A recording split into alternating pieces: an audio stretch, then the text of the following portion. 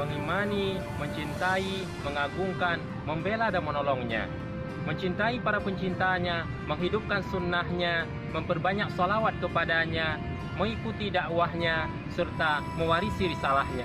Itulah kewajiban kita kepada Rasulullah Muhammad sallallahu alaihi wasallam. Muhammad bukan hanya seorang nabi dan rasul yang sukses membangkitkan satu peradaban baru dalam sejarah dunia, tapi beliau juga seorang negarawan terkemuka, pemimpin terbesar, saudagar terjujur, hakim teradil, perintis pejuang kemanusiaan, panglima perang yang agung, diplomat dan orator yang ulung, seorang suami dan ayah teladan, serta pribadi berakhlak mulia.